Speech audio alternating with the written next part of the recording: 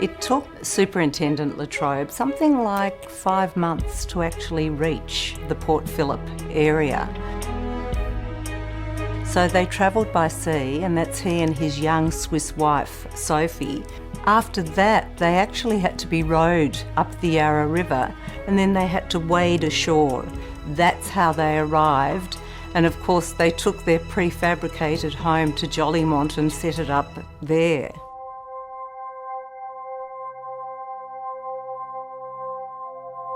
Charles Latrobe came to Victoria in 1839, and he came as the superintendent of the Port Phillip district, because Victoria wasn't its own self-governed colony at the time. It was a satellite of New South Wales. He arrived to a hotbed of issues as a young man who had no military background and no government background. But they needed somebody to oversee the sheep farms and the land that was down here in the Port Phillip district. There was no parliament, so Charles Latrobe was doing everything. There was very little public infrastructure. There were no roads, there were very few buildings, there were very few institutions. There were only about 10,000 non-Indigenous inhabitants at that stage. In 1851, gold was discovered. By 1852, there was an explosion of the number of people arriving here by ship. They were coming from all parts of the world, and Latrobe had to oversee this incredible population explosion. You can imagine the infrastructure that was suddenly needed when this colony was just swelling in numbers at a rate that was inconceivable. If you look at the spine of our city and go through some of our major institutions, you'll see that they have their genesis or their birth in Latrobe's time. So if you start with the University of Melbourne, ranked as Australia's #1 university, that started back in Latrobe's time. And then you think of the Royal Botanic Gardens, or most of the beautiful gardens that surround our city were all envisaged by Latrobe. Melbourne is now a UNESCO City of Literature. Well, that library was founded in Latrobe's era as well.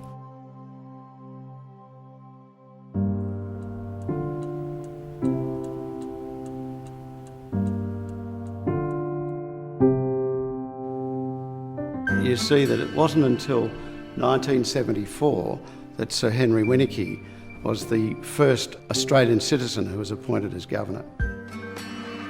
Before that, all of the governors were from the British aristocracy. We often talk about the governors, and we don't as often talk about the governors' wives. They have been great unsung heroes. They were women who were prepared to roll up their sleeves and get on with it, whether it was for the Red Cross or Children's Protection Society. It was also expected that she would often entertain the guests after dinner by singing, something I haven't asked my husband to do.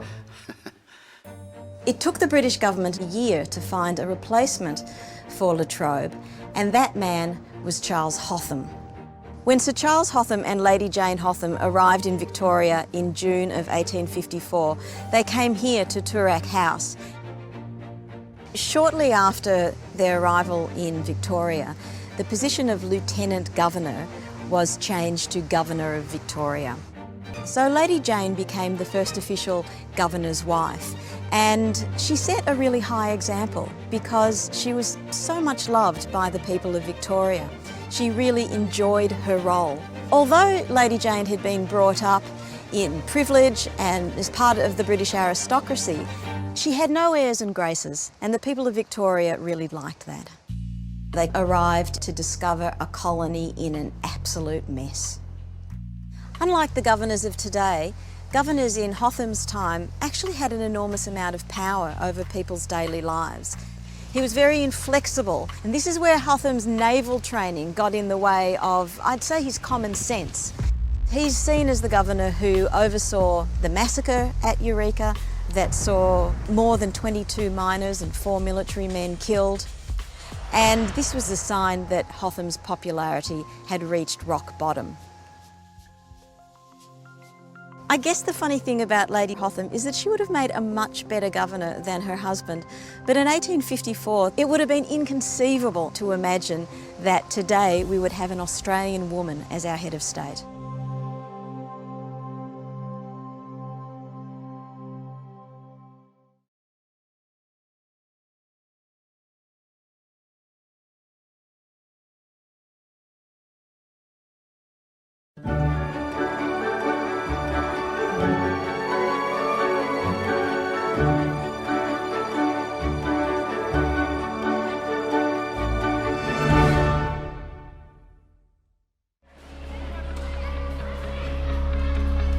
It's wonderful to showcase Victorian talent right here in this Government House ballroom. Circus Oz, of course, was born in Victoria, so to have them performing here was an absolute treat. The Governor asked Circus Oz if we had anything that we could bring to activate the ballroom and to get some kids into the house. Oh, I suppose the inner child in all of us loves circus, but it's more what Circus Oz is able to do, because they do so much work with children and with children who might not always have opportunities, and that's something that's very dear to me. It is a bit like a basketball hall. I mean, really, basketball stadium. It's just a lot fancier. There's a lot of gold in that roof.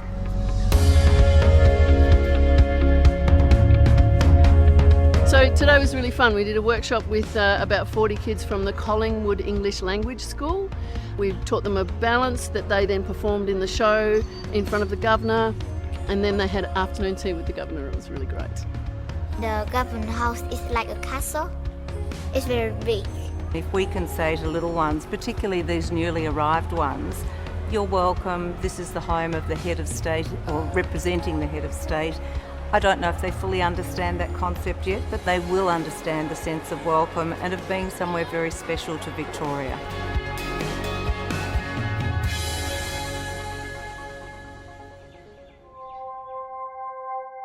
La Trobe came to Victoria in 1839 with Sophie and their two daughters and their prefabricated house. But Charles was really a visionary, and he knew that eventually a larger government house would be needed. And so in 1841 he set aside a huge allotment of land along the Yarra River. It would take over 30 years for Government House to eventually be built on this spot, and they would come up with this incredibly stunning building. I think it was really Charles La Trobe's vision that set the stage for what later was going to happen. It ended up being designed by the chief architect of the Victorian Public Works.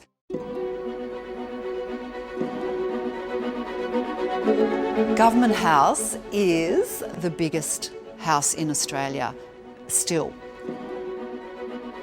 And it's really beautifully proportioned. There's wings which all meet at a very beautifully proportioned tower. The building's considered aesthetically beautiful, it's considered architecturally important, and then obviously it has great historical merit for what it is, what it does. When the ballroom was measured, it was found to be a little bit bigger than the one at Buckingham Palace, and there is this myth that there was a message that came from Queen Victoria to just cut it down a little bit so it actually didn't compete. And the story goes that the message didn't get here in time and that the ballroom was built the way it was intended from day one. We were building a bit of a palace. It's seen some magnificent events. When the house was opened in 1876, a ball was held for 1,400 people. So we read of these magnificent balls with the latest Paris fashion being paraded by the women, and, for example, gold dust sprinkled in their hair. And it has seen a lot of balls over the years, but its modern use is really quite different. I'm the patron of Red Cross, and the Red Cross performed very important service here, packing boxes and equipment and stores for the fighting men and women in the First War. And it was my delight to host a blood donor day here in the ballroom last year. We had 100 people turned up to donate blood, and they had the pleasure, if that's the right word, of giving their blood whilst looking at this magnificent ceiling.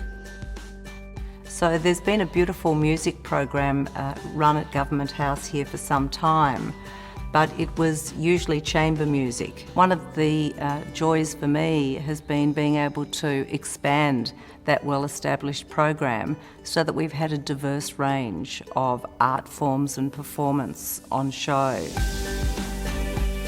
We've had a rock concert for young teenagers to get them interested in the work of the Governor, and so that they understand the work that we do, and again so that they know that this big building in the centre of Melbourne is somewhere welcoming for them. We've also had a wonderful function here to celebrate Ida Hobbit Day, as we call it, and that was very special. There were about 1,000 people that came into the house. Many were emotional. It was, as they said, the first time that their community had been officially invited into a government house anywhere in Australia, and we were delighted that we could do that. You're welcome tonight, and marking International Day against homophobia, biphobia, intersex and transphobia is a strong and indeed very meaningful stance, and a strong statement of unconditional acceptance, support and celebration in our community. It's always an honour to be the Commissioner for Gender and Sexuality, but never more so than tonight. And on behalf of the LGBTIQ+ people here, can I warmly thank you and acknowledge your welcome to Government House. I think these are good examples of the openness and inclusiveness which we want the House to stand for. So I talk a lot about diversity. It's very dear to me. It's as dear to me in the art that we choose in this house as it is in everything that we do. The National Gallery of Victoria has always lent major artworks to Government House. It's been something that's been in our charter really for over a century. So you'll find that our works, many of them have happily lived here almost their entire lives. Well, in choosing the art here, it's been important to me to show our wonderful creative state and the talent, because that's actually a very important part of our economy in Victoria. And if we can't showcase that well in this house, where can we showcase it well? So we rotate works constantly at Government House. In fact, we've never been more active in the way that we rotate work, because we like to keep it fresh and dynamic, and we also want to give a lot of opportunities to artists. So in addition to the beautiful Streetons and McCubbins and magnificent older works, we now have very contemporary works, including quite gritty works on show, because we're showing Victorian art through the ages. We've had an overwhelmingly positive response to the range of artworks that we've been showing in this room and in a range of other rooms, and that's heartening for us, but also of course for the artist. I want young artists, I want Indigenous artists. I want our art, like everything else in this house, to represent Victoria thoroughly. A great piece of architecture takes all of the things it needs to do, makes it work beautifully on the inside, and then actually gives it an equally important physical presence in the place where it sits. It's probably now one of Melbourne's best loved buildings.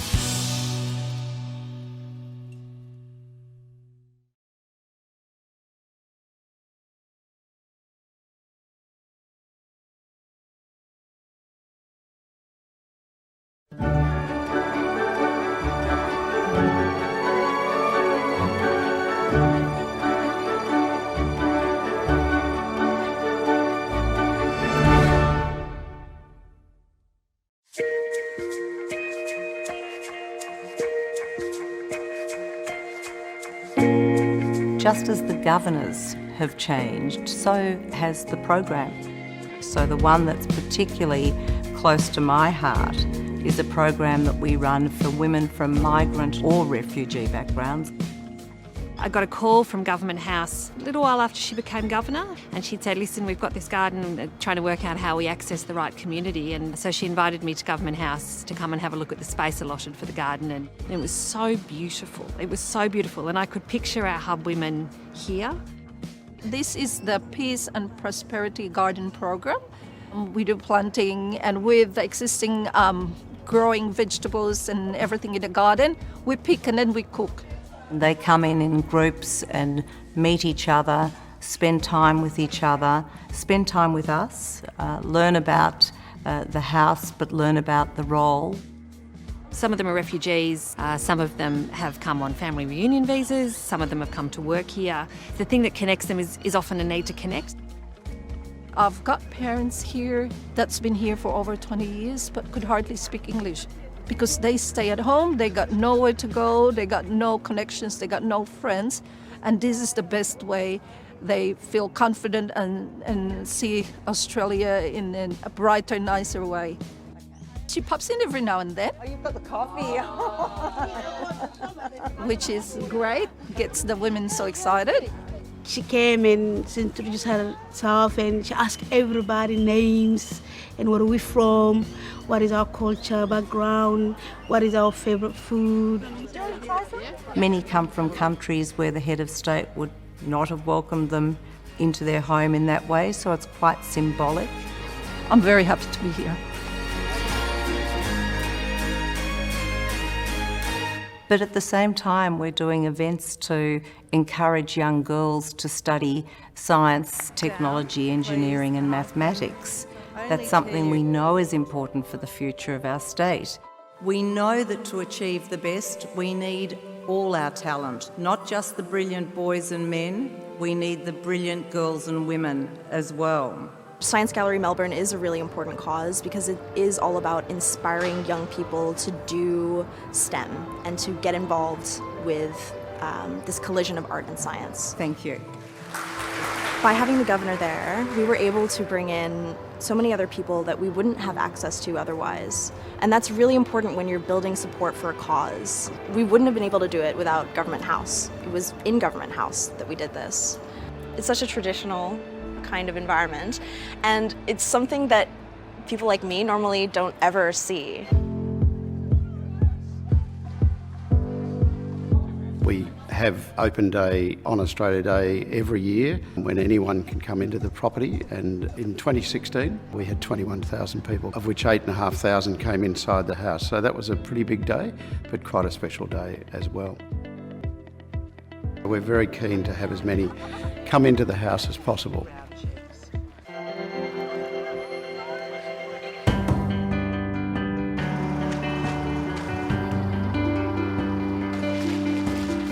So today we have 60 school children. They're going to camp out here at Government House on the lawn tonight, and this is a program that we're running with Vic Health and the YMCA.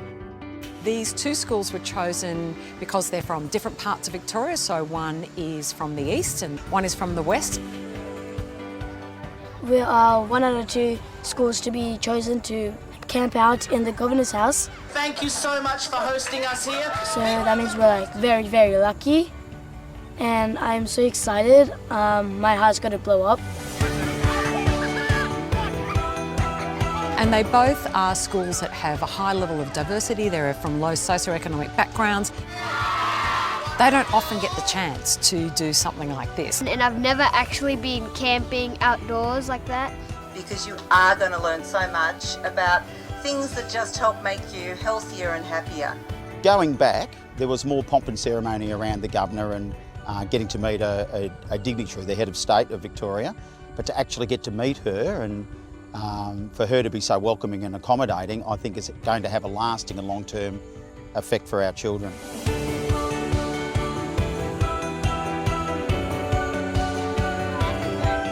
It's important to me that Victorians know it is their state house, so that children from some of our less advantaged schools can learn about their government house, their state house.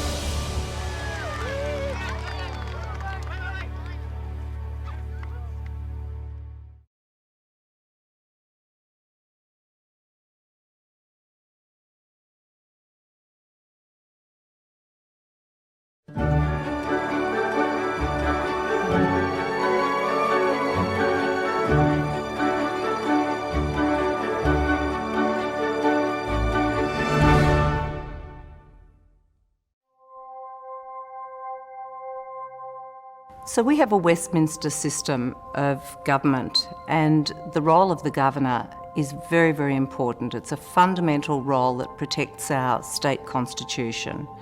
So when it comes to the Parliament's made up of the Crown and the upper house and the lower house.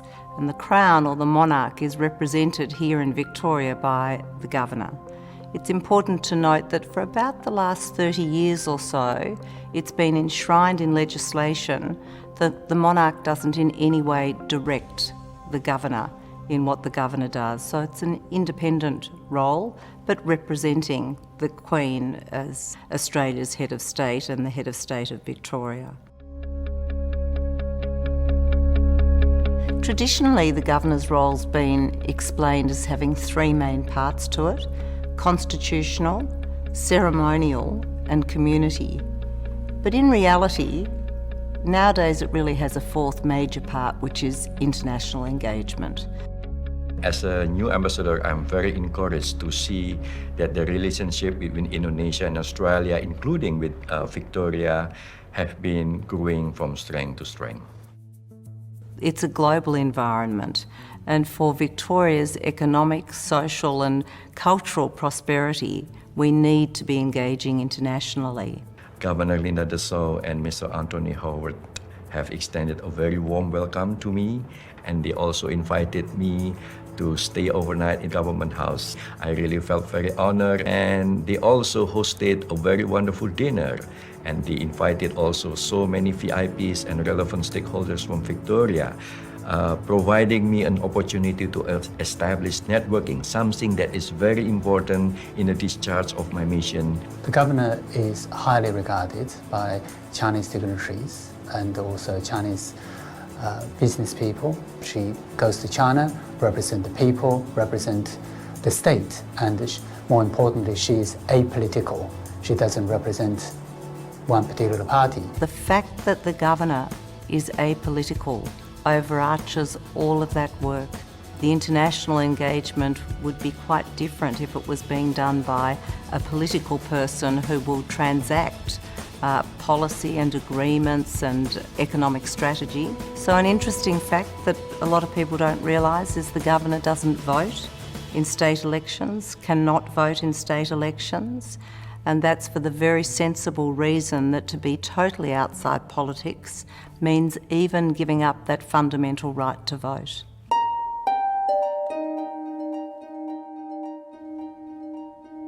It's quite interesting because there are many aspects of this role that have changed over the years. There are many that have stayed the same. So what's stayed the same, I think, is Governor's commitments to the community.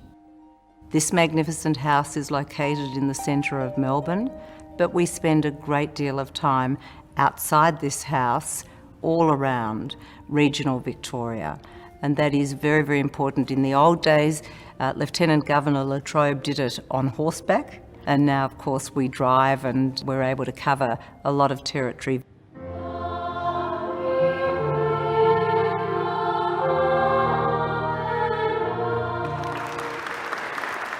It is lovely to see so much young talent on stage, and you're another wonderful example of collaboration and connectivity in this community. It's just wonderful to move around our state, which is something that I do all the time as the Governor for the whole of Victoria. Today I've been able to see some of our manufacturing that's pretty important because it's various items to do with our Defence Forces. Good afternoon.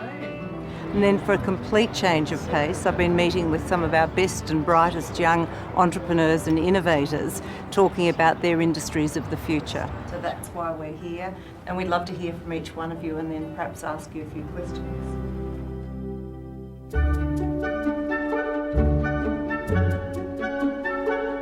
It's really important to remember Victoria's state motto, peace and prosperity.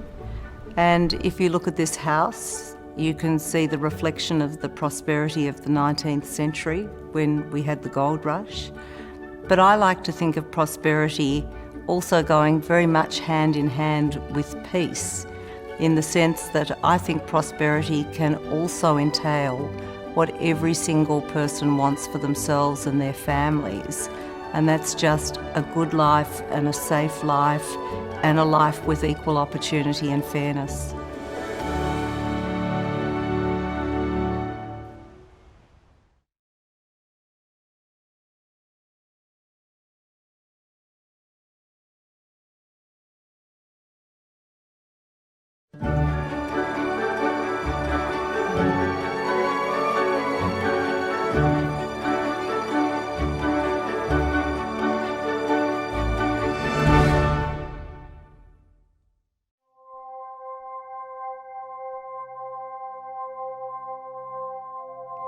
There is a huge variety in this work. One of the loveliest parts of it is the opportunity to thank and congratulate Victorians for their achievements. It might be for their bravery in a crisis. We see that all the time. And what a privilege it is to be the one that gives the medal and says on behalf of all Victorians, thank you for what you do. We've been delighted to host a special lunch that we had for volunteers to work throughout the community on Christmas Day and who would never get a chance to sit down and have a Christmas lunch themselves. My name's Kevin Sullivan, a volunteer at Osnam House. It's a drug and alcohol facility. I sat with the Governor's husband, Tony. It's fantastic experience. I'll never forget it. Because I know so many of you will look after other people on Christmas Day, so let us look after you today, and we're so thrilled to have you here. Thank you.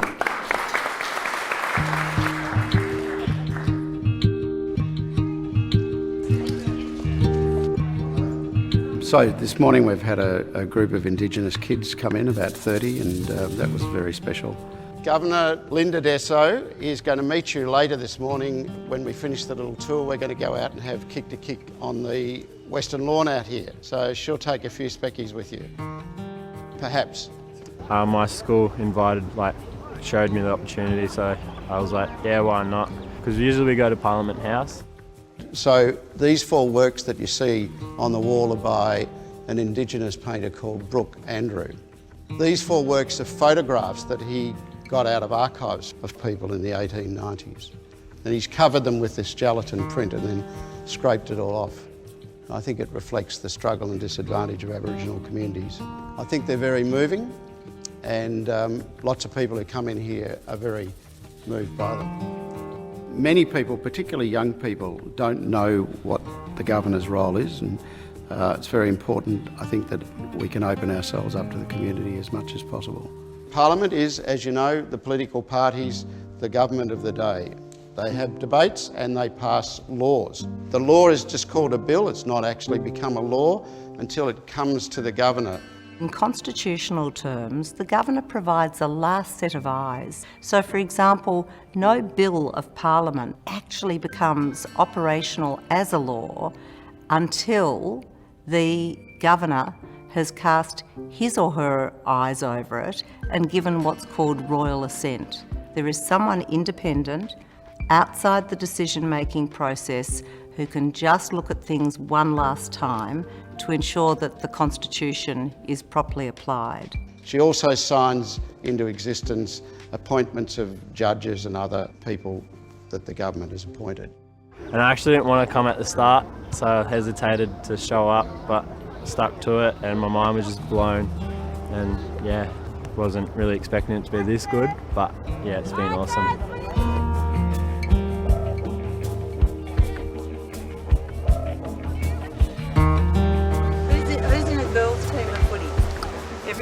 It's very much a program that's designed to treat the house as a community asset, which it is.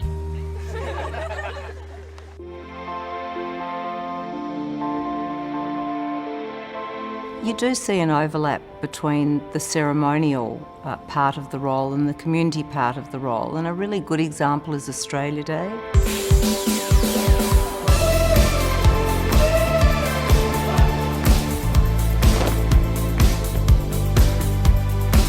On that occasion, it's the Governor that leads the flag raising at our town hall so that it is absolutely clear that it's an apolitical occasion. It's an occasion for all Victorians. To make sure that we are always welcoming to those who join us here, no matter where they come from.